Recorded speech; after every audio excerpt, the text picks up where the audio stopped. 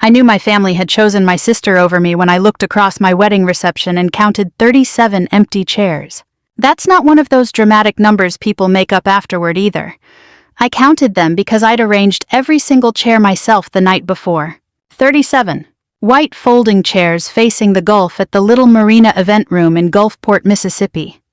White chair covers rented from a woman named Denise, who also did church luncheons and retirement parties.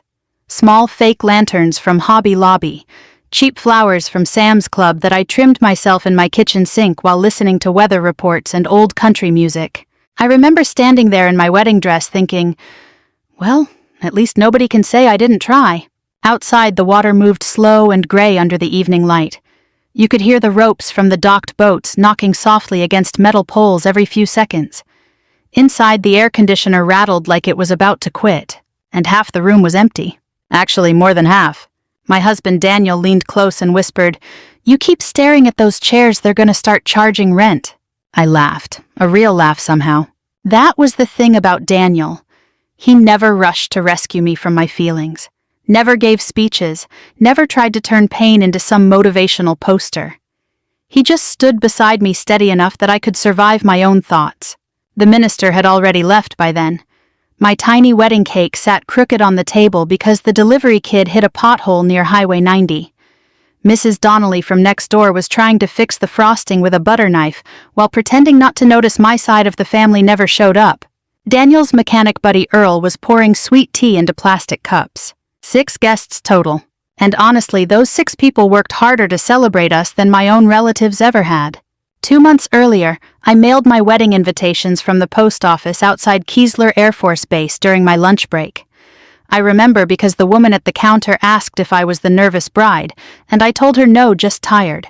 At 38, I wasn't walking into marriage expecting fairy dust and violin music. I just wanted peace. A decent man. A quiet life after years of deployments, emergency calls, and family drama that somehow always landed on my shoulders. Then, 11 days before the wedding, my sister Tiffany announced her engagement party. Same Saturday, same time window. Mobile, Alabama, about an hour away. Bryce's family already booked the venue, my mother told me over the phone in that careful voice she used whenever she wanted me to swallow disappointment quietly. Honey, you know how important first impressions are for Tiffany. I was sitting in my truck outside Walmart when she said that. I remember gripping the steering wheel and watching a shopping cart roll loose across the parking lot. What about my wedding, I asked. It's not about choosing sides. That's exactly what it became. One by one, people backed out. Aunt Cheryl had travel issues. My cousin Neil suddenly had overtime at the refinery. Uncle Rob said he'd try to stop by both, which meant neither. Even my father called 2 days before the wedding and said, "You know, your sister gets emotional during important events." I almost laughed at that. As if getting married wasn't important. As if my whole life hadn't been one long exercise in being understanding. I was always the reliable one, the one who stayed calm, the one who could handle disappointment without making a scene. The military rewards people like that. Families use them up. The wedding itself was still beautiful, though. Smaller than I imagined growing up, but honest.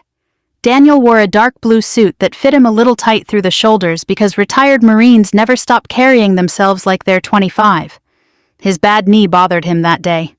I noticed the tiny shift in his posture every time he stood too long, but he never complained. When we said our vows, the Gulf wind pushed lightly through the open doors, and for a second everything felt still. Like maybe I could finally stop fighting for a seat at somebody else's table. After dinner, Mrs. Donnelly clinked her plastic fork against her cup and yelled, "Cut the cake before Earl eats the frosting straight off it." Earl shrugged. "I've done worse." Everybody laughed. I picked up the knife with Daniel's hand over mine. That's when my phone started vibrating. Once. Twice. Then over and over against the white tablecloth. I ignored it at first. Then I looked down. Mom, Dad, Aunt Cheryl, 3 cousins. Voicemails stacking up. Texts pouring in so fast I could barely read them. "Rachel, answer your phone. Call us now. Did you know about Bryce? Oh my God. Please call your mother." My stomach tightened. Daniel glanced at the screen while I stood there frozen with cake frosting on my hand. Then he gave this small, tired smile. Not smug, not happy, just unsurprised. "Looks like they finally saw the news." I stared at him. "What news?" For a second he didn't answer. The room suddenly felt too warm. I could hear forks scraping paper plates behind us. Somebody laughing near the coffee station. Boats outside knocking softly against the dock. Daniel took a slow breath. The FBI's been investigating Bryce's company for months. I thought he was joking. He didn't joke much, but still. I actually smiled a little at first. Then I saw his face, and something cold moved through my chest. My phone buzzed again in my hand. This time it was a voicemail preview from my mother. Her voice sounded shaky. "Rachel, honey, we didn't know." Daniel gently took the cake knife from my hand before I dropped it. I met Daniel because my truck died in the middle of August heat outside Gulfport 3 years earlier. Not metaphorically died either. I mean smoke coming from under the hood, dashboard lights flashing, me sitting there in uniform wondering if I had enough energy left to cry about it. I'd just gotten back from a deployment in Kuwait 12 days before. My sleep schedule was wrecked. My lower back hurt all the time from cargo loading shifts. And the first thing waiting for me back home was a broken Ford Explorer with 200,000 miles on it. That felt about right for my life back then. I found Daniel's repair shop because the towing guy said he's honest and old-fashioned, which usually means slow, but at least he won't rob you. The place sat off Pass Road between a bait shop and a boarded-up insurance office. Hand-painted sign out front. 3 trucks parked crooked in the gravel lot. Wind chimes hanging near the office door made from old socket wrenches. Inside smelled like coffee motor oil and old paper. There was a yellow lab asleep under a desk fan.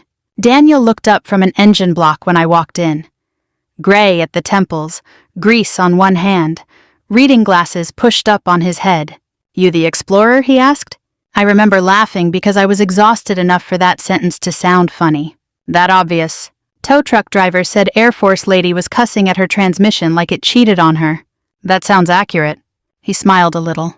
Not flirtatious, not performative, just amused. I liked him immediately because he talked to me like a person instead of a woman he was trying to impress.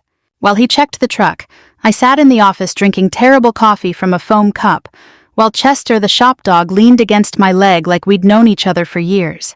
Daniel came back 20 minutes later wiping his hands on a rag. "Transmission's not dead," he said, which is the good news. And the bad news.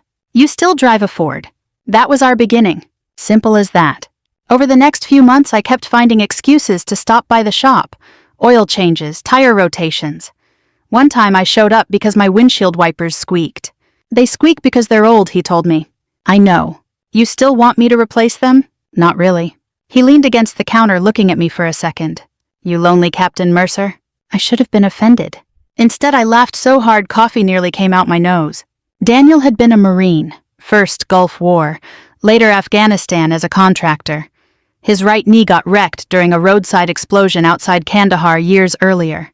On cold mornings, he walked stiff for the first 10 steps. He never dramatized any of it. That mattered to me. Military people can tell the difference between someone carrying pain and someone performing it for attention. My family unfortunately saw Daniel very differently. The first time my mother met him, she hugged him politely, then asked me in the kitchen if he was financially stable. Not happy. Not kind. Financially stable. I remember standing there holding a casserole dish while she whispered, "Honey, Tiffany's dating a man who owns investment properties in Mobile." I looked at her. "Daniel owns a business. He fixes mufflers. He owns the building." That shut her up for maybe 30 seconds. Tiffany was worse. She called Daniel Mr. Oil Change once during Thanksgiving after too much wine. Bryce laughed like it was the funniest thing he'd ever heard. Bryce Caldwell always laughed too loud. That man came pre-packaged. Expensive watch, tight polo shirts, teeth so white they looked rented. He drove a white BMW with dealership plates for almost a year, which should have told us everything right there. But my parents adored him. Because Bryce talked about money constantly. Investment opportunities, development projects, luxury condos, tax write-offs. My father once spent 45 minutes listening to Bryce explain coastal property values, while Daniel quietly fixed the loose cabinet hinge under my parents' sink without being asked. Guess which man got treated like success? I tried not to let it bother me. That's what dependable daughters do. We absorb things quietly until it starts eating holes through us from the inside. Around that time, my mother's blood pressure medication got more expensive. Dad's knee problems got worse after his retirement from the shipyard. Tiffany called me crying twice because she'd maxed out another credit card. And every single time, somehow I handled it. I wired money from deployment savings. paid bills online during lunch breaks, ordered groceries to their house when hurricanes rolled through. One Saturday after a bad storm, I spent 6 hours on my parents' roof patching water damage because contractors were backed up across Harrison County. It was 93 degrees outside. I was standing on that roof sweating through an old Air Force t-shirt while Tiffany sat inside filming engagement content with Bryce for social media. At one point, she opened the back door and yelled, "Rachel, can you move your truck? It's ruining the lighting." I actually climbed down and moved it. That's the embarrassing part. Not what they did. What I kept allowing. Later that night, Daniel handed me an ice pack for my shoulder and said, "You know your family treats you like an emergency contact, right?" I frowned at him. "What's that supposed to mean?" "It means they only call when something breaks." I got defensive immediately. "They're my family." "I know. You think I don't know Tiffany's spoiled?" "I think you know," he said calmly. "I don't think you know how tired you are." That stayed with me. A few weeks before the wedding, I stopped by Daniel's shop unexpectedly after work. He was in the office arguing quietly on speakerphone with somebody. "No," he said firmly. "I already sent the invoices. My shop never worked on those properties." He noticed me standing there and ended the call. "Everything okay?" I asked. "Just lawyer stuff." He looked exhausted. There was an open email on the computer screen for half a second before he closed it. I caught one thing. Caldwell Coastal Development. Bryce's company. Daniel noticed my face change. "It's complicated," he said. "What is—" He rubbed the back of his neck. "There's an investigation into some fake repair billing connected to veteran housing contracts. My shop name got attached to paperwork we never authorized. And Bryce is involved." Daniel hesitated too long. That was answer enough. I remember sitting down slowly in the office chair while Chester rested his head on my boot. "You think he's actually dirty?" Daniel chose his words carefully. "I think some people get addicted to looking successful." That night I drove home with the windows down even though it was humid as hell outside. Part of me wanted to call my parents immediately. Part of me already knew what would happen if I did. They wouldn't hear concern. They'd hear me threatening Tiffany's future, and somehow I would become the problem again. The strange thing about betrayal is that sometimes your body notices it before your brain does. That night at the wedding, after Daniel told me Bryce was under federal investigation, I felt cold all over. Not dramatic movie cold. Just this heavy, numb feeling crawling through my chest while everybody around me kept eating cake and talking about fishing weather. Mrs. Donnelly finally noticed something was wrong. "Honey," she said softly, "you look pale." I sat down hard in one of the empty chairs. My phone would not stop vibrating. Voicemail after voicemail. Texts stacking so fast I couldn't read them. "Bryce got taken outside. Call me now. Please answer your father. Tiffany's hysterical." I looked at Daniel. "You knew this could happen tonight." He shook his head immediately. "No. I knew the investigation was moving faster this week. I didn't know reporters would show up at the party." I stared at him. "How long have you been involved?" "A few months." "A few months?" Daniel sat beside me slowly, careful with his knee. My shop name was attached to fake invoices connected to housing repairs for disabled vets. Somebody billed the government for work that never happened. And Bryce, he was connected to one of the development companies. The room suddenly sounded far away. Earl was laughing about something near the buffet table. Somebody opened another can of Diet Coke. Outside, a motorcycle rolled down Highway 90. Normal sounds. Meanwhile, my family's entire world was apparently collapsing an hour away. "You should have told me," I whispered. Daniel nodded once. "Probably." That honest answer somehow hurt less than excuses would have. He leaned forward with his elbows on his knees. "But every conversation about your sister turned into your family acting like you were jealous of her. I didn't want your wedding day becoming another fight where you had to defend yourself." I looked down at my dress. Cheap alterations. Sand stuck near the hem from the marina parking lot, frosting on my fingers. I'd spent years being treated like the sturdy appliance in the family, useful, reliable, not particularly precious. And somehow Tiffany still ended up with the fancy parties. At least until tonight. My phone rang again. "Mom." This time I answered. The second I said hello, she burst into tears. "Rachel, honey, this is a disaster." "Not hello? Not congratulations. A disaster." I closed my eyes. What happened? They came into the party asking questions about Bryce's company. Her breathing sounded shaky and uneven. At first, everybody thought it was some misunderstanding, then those men showed up and— What men? Federal agents. Even saying the words seemed to embarrass her. In the background, I could hear people talking loudly. Glasses clinking, somebody crying. Mom lowered her voice. They asked Bryce to come outside. And Tiffany started screaming. Of course she did. Mom kept talking fast the way she always did when panic started outrunning dignity. The reporter was filming everything. Your father tried getting people to leave quietly, but everybody already knew something was wrong. Bryce kept saying there'd been a mistake. I could picture it perfectly. The country club ballroom in Mobile. White tablecloths. Tiffany's engagement photos blown up on easels near the entrance. Expensive flower arrangements she probably picked off Pinterest. And underneath all that performance fear slowly leaking into the room. I didn't feel satisfaction exactly. Not yet. Mostly I felt tired. Rachel, my mother whispered, did you know? There it was. Not concern for me. Not guilt for abandoning my wedding. She wanted to know if I knew before she did. I looked at Daniel sitting beside me quietly. Yes, I said finally. I knew there was an investigation. Mom inhaled sharply like I'd slapped her. Why wouldn't you tell us? I almost laughed. Instead, I said the truest thing that had come out of my mouth in years. Because nobody in this family listens to me unless something's already on fire. Silence. Then I heard Tiffany screaming somewhere in the background. Even muffled through the phone, I recognized that voice instantly. High, frantic, furious. This is your fault. Not directed at me, at somebody else nearby, probably Bryce. Mom started crying again. Your sister's devastated. I looked around the reception hall. Mrs. Donnelly was wrapping leftover cake in foil.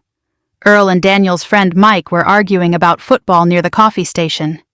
One of the older veterans from Daniel's Marine Corps League was helping stack chairs without being asked. The people who came to my wedding were cleaning up with us. My own family had skipped it for a disaster wrapped in expensive decorations. I have to go, I told Mom. Rachel, wait. I hung up. For a while, neither Daniel nor I said anything. The marina room had mostly emptied by then. Outside, the wind coming off the Gulf smelled like salt and diesel fuel from the boats. Finally, I looked at him. So what exactly did Bryce do? Daniel rubbed his jaw slowly before answering. Federal money got approved for hurricane repairs on veteran housing units along the coast. Some companies billed for work that either never happened or got done halfway. And your shop. Fake vehicle repair invoices. He shrugged bitterly. Apparently my business repaired trucks that never existed. I frowned. How'd you catch it? One of the invoice numbers was out of sequence. He gave a tired half smile. Scammers usually get greedy before they get smart. That sounded exactly like Bryce. Flashy watches, big promises, talking nonstop about expanding opportunities while other people picked up the actual work. And my parents had worshipped him for it. I suddenly remembered my father laughing during Christmas dinner when Bryce joked that Daniel probably measured success one oil change at a time. Dad had laughed so hard he choked on ham. Daniel never reacted. At the time, I told myself maturity meant letting things go. Now I wondered how much silence had cost me over the years. My phone buzzed again. This time it was a text from Tiffany herself. You knew. 3 words. That was it. No congratulations on my wedding. No apology. No, are you okay? Just blame. I stared at the message so long the screen dimmed. Then another text came through. Bryce says Daniel set him up. Daniel saw my expression. What? I handed him the phone. He read the texts once, then handed it back calmly. I figured that was coming. You didn't set him up right. He looked genuinely offended. Rachel. I know, I rubbed my forehead. I'm sorry, this whole thing just feels insane. Daniel stood slowly and held out his hand to help me up. You ready to go home? I looked around the nearly empty reception hall one last time. 37 empty chairs, and somehow for the first time all night they didn't feel quite as painful. 2 days after the wedding, Daniel and I were sitting in lawn chairs outside his garage apartment in Pascagoula, eating leftover barbecue from a foam container when my parents showed up unannounced. It was almost dark out, humid enough that my shirt stuck to my back. Somewhere down the street somebody was mowing grass even though it was nearly 8 o'clock. Daniel looked over my shoulder first. Company?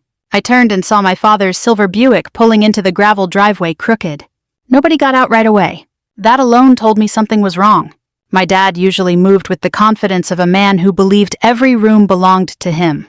Former shipyard supervisor, loud opinions, firm handshake, always carried himself like he still had somewhere important to be. But when he finally stepped out of the car, he looked older.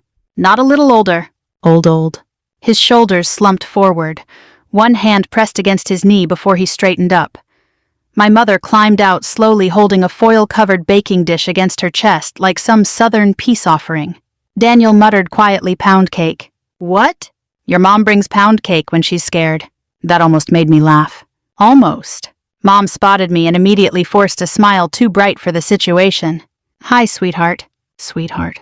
Interesting how fast people rediscover affection when their social standing catches fire. I stood but didn't walk toward them. "You should have called first."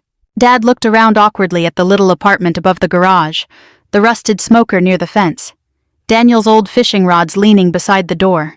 This place embarrassed them once. Now they looked relieved I'd answer the door at all. Mom lifted the baking dish slightly.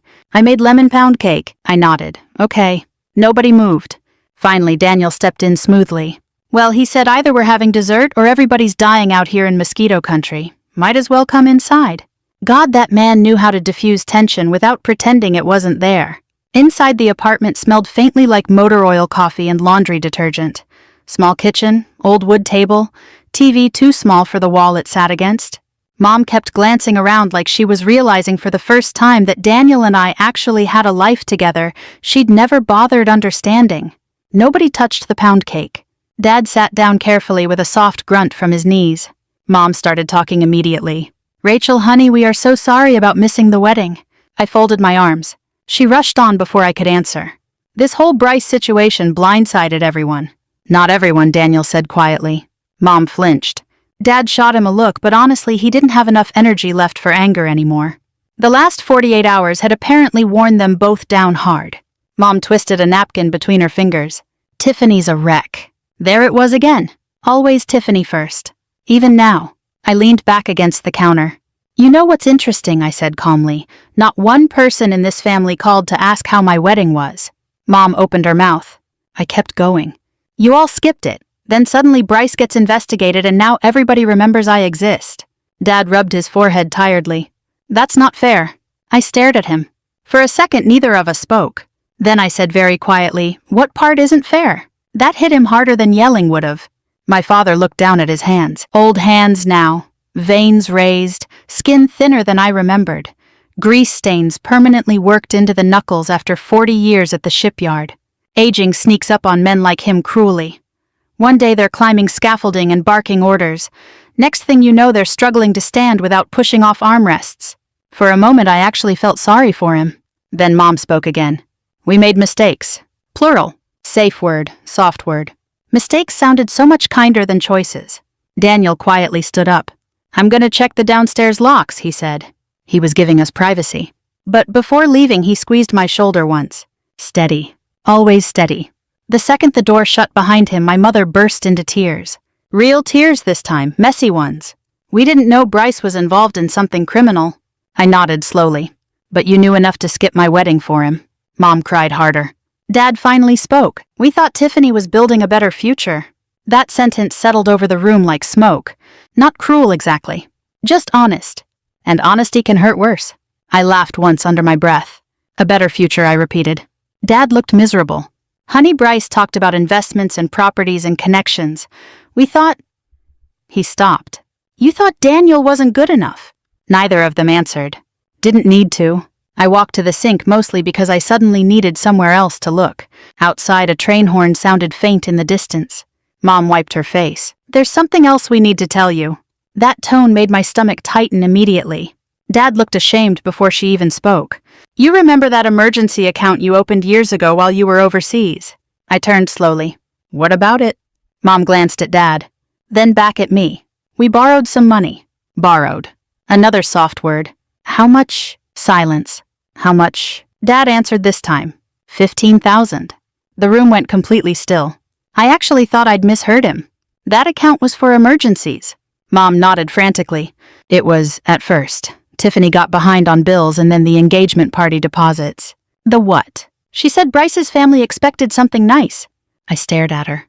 Every deployment, every overtime shift, every lonely military holiday eating cafeteria turkey while wiring money home. All of it suddenly flashed through my head at once. "You used my deployment savings," I said softly. Mom started crying again. "We meant to replace it." I laughed then. Not because anything was funny. Because if I didn't laugh, I might break something. Dad stood carefully. "Rachel." No, I held up my hand. Don't. My chest hurt. Not rage exactly. Something worse.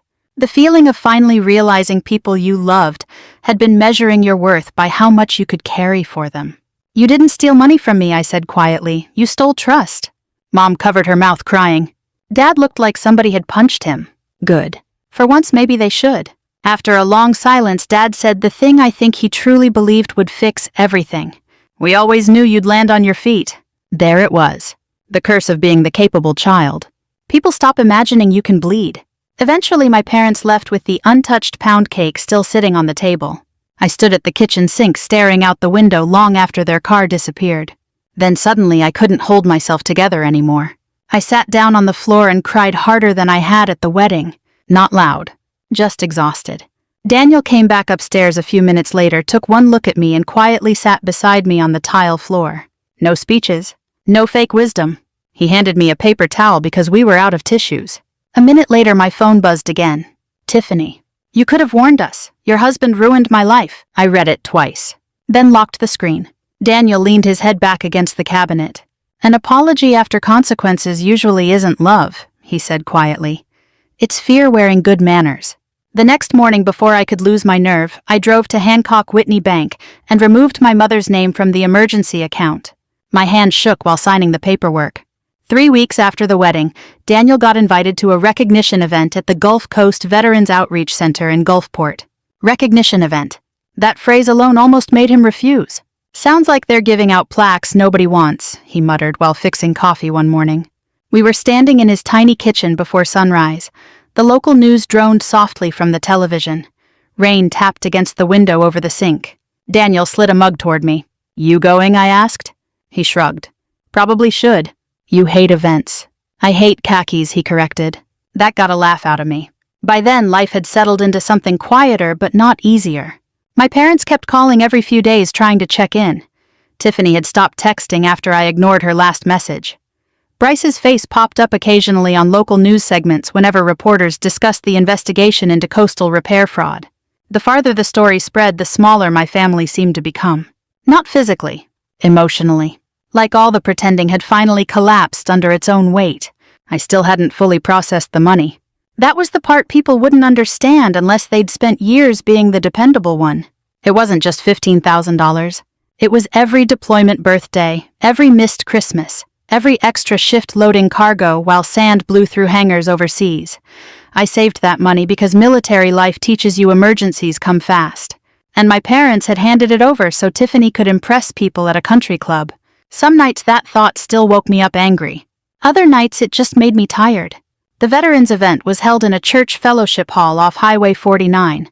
Nothing fancy. Metal folding chairs, fluorescent lights humming overhead, crockpots lined up on long tables beside trays of grocery store cookies. Honestly, I trusted people more in rooms like that. Nobody there cared about appearances much. Old Marines in faded ball caps, Navy retirees with hearing aids, Vietnam vets drinking bad coffee out of styrofoam cups. Real people. Daniel wore the same dark blue suit from our wedding. He still hated ties.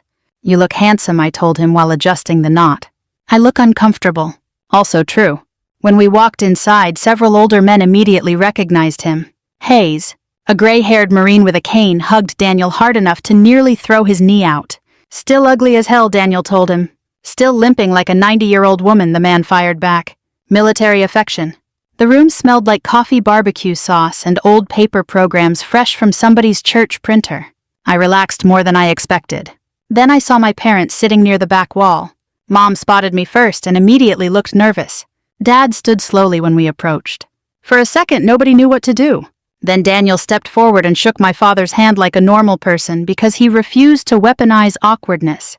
Frank. Daniel. Simple, civil. That almost made me emotional by itself. We sat through speeches from local organizers thanking contractors, accountants, and business owners who helped expose fraud tied to veteran housing repair funds after Hurricane Zeta. Nothing dramatic. Just ordinary people explaining how greed steals from folks already carrying enough burdens. One older man talked about disabled veterans waiting months for repairs that had supposedly already been completed on paper. A woman from the VA cried quietly while speaking about elderly veterans living with mold because contractors billed for work they never finished. I glanced at Daniel. He looked uncomfortable the entire time. Not guilty. Just embarrassed by attention. Then the director finally called him up. Daniel walked slowly to the front of the room while everybody clapped politely. "This recognition goes to Daniel Hayes," the director said, "for reporting fraudulent billing connected to coastal veteran housing repairs, despite pressure to stay quiet." Daniel looked like he wanted the floor to swallow him whole. He accepted the plaque and said exactly 14 words into the microphone. "I just didn't want people stealing from old Marines who already got screwed once." That got a bigger applause than the prepared speeches. I smiled despite myself. Then everything shifted, because Tiffany walked in. Late. Every head in the room turned toward her immediately. She looked terrible. Not movie star terrible, real terrible. Mascara smudged. Hair thrown into a messy bun. Oversized sunglasses still on indoors even though it was raining outside. My mother visibly panicked. Dad closed his eyes briefly like he already knew disaster had followed her through the door. Tiffany spotted me instantly. Of course she did. She marched straight toward our table while people awkwardly pretended not to stare. "Can we talk?" she snapped. Daniel stood slightly not aggressive, just alert. "I'm fine," I told him quietly. Tiffany folded her arms. "You're really enjoying this, huh?" I blinked. "What? All these people acting like you and your husband are heroes while my entire life falls apart." Several nearby conversations stopped completely. I kept my voice calm. "Tiffany, this isn't the place." "No," she said sharply. "You know what? I'm tired of everybody pretending you're perfect." There it was. The resentment underneath everything. Not just this scandal. Years of comparison. Years of jealousy twisted sideways. "You always wanted people to think you were better than me," she said. That honestly stunned me. Because the truth was exactly the opposite. My whole life I'd been shrinking myself to avoid making Tiffany feel threatened. I looked at my sister standing there trembling with anger and humiliation. Then I said quietly, "No, Tiffany. I wanted people to stop acting like I mattered less." The room went dead silent. Tiffany laughed bitterly. "Oh, please, you always loved acting like the martyr." Before I could answer, another voice spoke up from across the room. "That girl paid for my husband's transportation treatments for nearly 3 years." Everybody turned. An older woman named Marilyn Brooks stood slowly near the coffee station. I recognized her immediately. Retired Army nurse. Her husband, Walt, lost part of his leg in Vietnam complications years earlier. Marilyn pointed directly at me. When the veterans' grant ran short, Rachel covered rides out of her own pocket so Walt could get to Biloxi for treatment. I froze. I hadn't told anyone that. Marilyn kept going. She did it quietly too, never once asked for attention. The room shifted. People started murmuring softly. My mother looked stunned. Dad stared at me like he'd never fully seen me before. Tiffany's face changed from anger to confusion. Then my father spoke. His voice cracked halfway through the sentence. I kept waiting for Tiffany to become the daughter Rachel already was. Nobody moved. Nobody spoke. Tiffany looked like she'd been slapped. And honestly, part of me felt awful for her in that moment. Because public humiliation leaves bruises even when it's deserved. I looked at my sister carefully before answering. "Being admired isn't the same thing as being decent," I said quietly. "You picked the first one every time." No screaming. No dramatic exit. Just truth landing hard in a room full of people old enough to recognize it. Daniel reached for my hand under the table. And for the first time in my life, I didn't feel invisible inside my own family. About 3 months after the veterans event, life finally started feeling quiet again. Not perfect. Just quieter. And after the kind of year I'd had, quiet felt almost luxurious. One Saturday morning in October, Daniel and I were sitting at a Waffle House off Interstate 10 sharing hash browns and bad coffee while rain tapped against the windows. The waitress called everybody baby, no matter their age. An older couple argued gently over syrup choices in the booth behind us. Daniel slid half his bacon onto my plate when he thought I wasn't paying attention. Married life, apparently. No violins, no dramatic speeches. Just small kindnesses repeated often enough to feel safe. Bryce's legal problems kept getting worse. The local papers ran occasional updates about the investigation. More contractors came forward. More fake invoices surfaced. Last I heard, several people connected to the development company were negotiating plea deals. Bryce himself disappeared from social media completely, which honestly might have been the first honest thing he'd done in years. Tiffany moved to Florida sometime in early September. Clearwater, I think. Mom told me during one of our carefully polite phone calls. She needed a fresh start. I almost asked who paid for it. But I didn't. That was another thing changing in me. I no longer needed every conversation to end with somebody admitting I was right. Sometimes boundaries are quieter than revenge. Tiffany texted me twice after she moved. The first message said, "I know things got out of hand." The second said, "Hope you're happy now." Neither one was a real apology. More like someone testing whether the door was still unlocked. I never replied. Not because I hated her. Honestly, that would have been easier. The truth was sadder than hate. I loved my sister, I probably always would. But loving somebody doesn't mean handing them unlimited access to your peace. That lesson took me nearly 40 years to learn. My relationship with my parents settled into something cautious and strangely formal. Holiday calls, short visits, updates about medical appointments and weather and neighbors. No more emergency money transfers. No more solving every crisis before they even asked. One afternoon, Mom hinted that Dad's truck needed expensive repairs. Old Rachel would have quietly paid the mechanic. Instead, I said I'm sorry to hear that and waited. The silence on the other end of the phone stretched long enough for both of us to notice it. Then she changed the subject. Progress sometimes looks incredibly boring from the outside. Daniel noticed the difference before I did. "You don't flinch every time your phone rings anymore," he said one evening while we cleaned fish on the back patio. I looked up. "Huh, you used to." Maybe I had. When you spend years being everybody's emergency contact, your nervous system forgets how to rest. A few weeks later, Daniel and I drove out to Biloxi National Cemetery to visit an old Marine friend of his named Curtis. Daniel brought cheap gas station flowers because, according to him, Curtis would have complained if I spent real money. We stood quietly near the grave while Gulf Coast wind moved through the trees overhead. Daniel talked a little about the old days, not glorified war stories, just memories. Curtis burning coffee in a field kitchen. Curtis cheating at cards. Curtis once falling asleep during a briefing and snoring loud enough to embarrass an entire platoon. The older I get, the more I realize grief and humor usually travel together. On the drive home, Daniel rested one hand on the steering wheel and the other on my knee. "You okay?" he asked. "Yeah," I said after a second. "Actually, yeah." And I meant it. Not because everything got fixed. It didn't. My family never transformed into warm, movie version people. Tiffany never had some magical breakthrough where she suddenly understood all the damage she caused. Even my parents, despite trying harder now, still slipped into old habits sometimes. But something inside me had changed. I stopped auditioning for love that should have been given freely. That changes everything. A few nights before Christmas, I finally framed one of our wedding photos. Not the professional portraits. Those felt too staged. I picked a candid shot Mrs. Donnelly took on her phone while Daniel and I were laughing during cake cutting. You could barely see the decorations. Half the chairs in the background were empty. My hair was falling loose from the humidity. Daniel had frosting on his thumb. My phone sat face down near the edge of the table, buzzing silently while we smiled at each other. For months, I avoided looking at that picture too long. At first, all I saw were the empty seats. Now I noticed different things. The people who did show up, the way Daniel looked at me, the fact that I'd smiled genuinely despite everything. I placed the frame on the mantel above the electric fireplace in the apartment. Daniel walked past carrying laundry and stopped. "That's the one you picked." "Yeah." He studied it for a second. "Good picture." "It's imperfect." "So are we." "Fair point." That night we sat together on the couch watching an old western while rain hit the windows outside. Nothing dramatic happened. Nobody called crying. Nobody needed money. Nobody demanded I rescue them from consequences they created themselves. And honestly, that peace felt stranger than revenge ever did. I used to think being the strong one meant carrying everybody else no matter how heavy they became. Turns out real strength sometimes means putting the weight down.